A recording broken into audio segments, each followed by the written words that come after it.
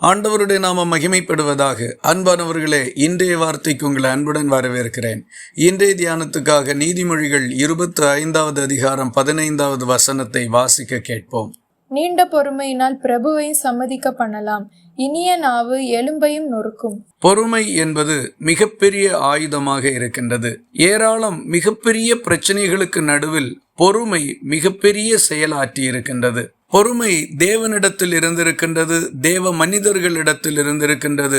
சாதாரண மனிதர்கள் முதற்கொண்டு ராஜாக்கள் வரைக்கும் பொறுமை உள்ளவர்களாக இருந்திருக்கிறார்கள். அவர்கள் வாழ்க்கையில் இருந்த பொறுமை என்கிற குணாதிசயம் மிகப்பெரிய ஆசீர்வாதங்களுக்கும் மாற்றங்களுக்கும் காரணமாக இருந்திருக்கின்றது. உதாரணமாக யோபு என்கிற மனிதனை எடுத்துக்கொண்டால், அவர் சந்தித்த மிகப்பெரிய சோதனை, மிகப்பெரிய இழப்பு, வாழ்க்கையில் எல்லாம் முடிந்து போன சூழ்நிலை, இப்படிப்பட்ட நிலைகளில் எல்லாம் அவர் வெற்றி பெறுகிறதற்கு மிக பிரதானமான காரணம் அவருக்குள் இருந்த பொறுமை.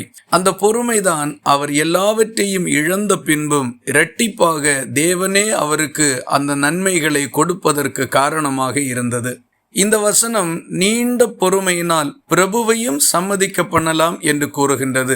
மிகவும் உயர்ந்த பதவியில் இருக்கக்கூடிய மனிதன், நல்ல ஐஸ்வர்ய சம்பன்னனாய் இருக்கக்கூடியவன், இப்படிப்பட்ட மனிதர்களோடு இருக்கக்கூடிய பிரச்சனையின் நடுவிலே நாம் பொறுமையோடும் நிதானத்தோடும் நடந்து கொள்வோமானால் அவர்களையும் நாம் சொல்லுவதை புரிய வைக்கிறதற்கோ அல்லது நாம் சொல்லுகிறதில் இருக்கக்கூடிய உண்மைகளை உணர்ந்து கொள்ள செய்வதற்கோ நிச்சயமாய் முடியும். அவசரப்பட்டு பேசுவதும், கோபத்தோடு பேசுவதும், உணர்ச்சி வசப்பட்டு பேசவும் நடந்து கொள்ளவும் முற்படுவது நமக்கு மிகப்பெரிய தீங்குக்கு காரணமாக அமைந்துவிடும்.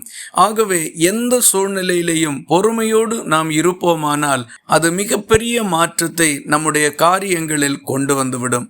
காலதாமதம் ஆகலாம், சில வேதனைகளை நாம் சகிக்க வேண்டியது வரலாம். ஆகிலும் பொறுமையோடு இருந்தால் மிகப்பெரிய பலனை நாம் பெற்றுக்கொள்வோம். உங்கள் சூழ்நிலையும் உங்கள் மனநிலையும் எப்படிப்பட்டது என்பதை இந்த வசனத்துக்கு முன்பாக நின்று நிதானித்து பாருங்கள்.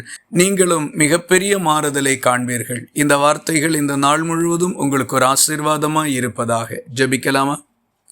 எங்களை நேசிக்கிற அன்பு நிறைந்த நல்ல ஆண்டவரே, உம்மிடத்தில் இருக்கக்கூடிய பொறுமை என்கிற நல்ல குணாதிசயத்தை நீர் எங்களுக்கு தந்தருளும்படி இந்த காலை வேளையில் மனத்தாழ்மையோடு எங்களை ஒப்பு கொடுக்கின்றோம்.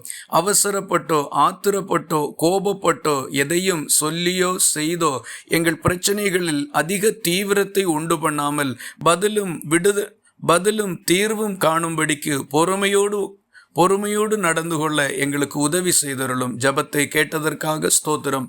இயேசு கிறிஸ்து மூலம் வேண்டிக் கொள்கிறோம் எங்கள் அன்புள்ள நல்ல பிதாவே. ஆமேன். கர்த்தர் தாமே உங்களை ஆசீர்வதிப்பாராக.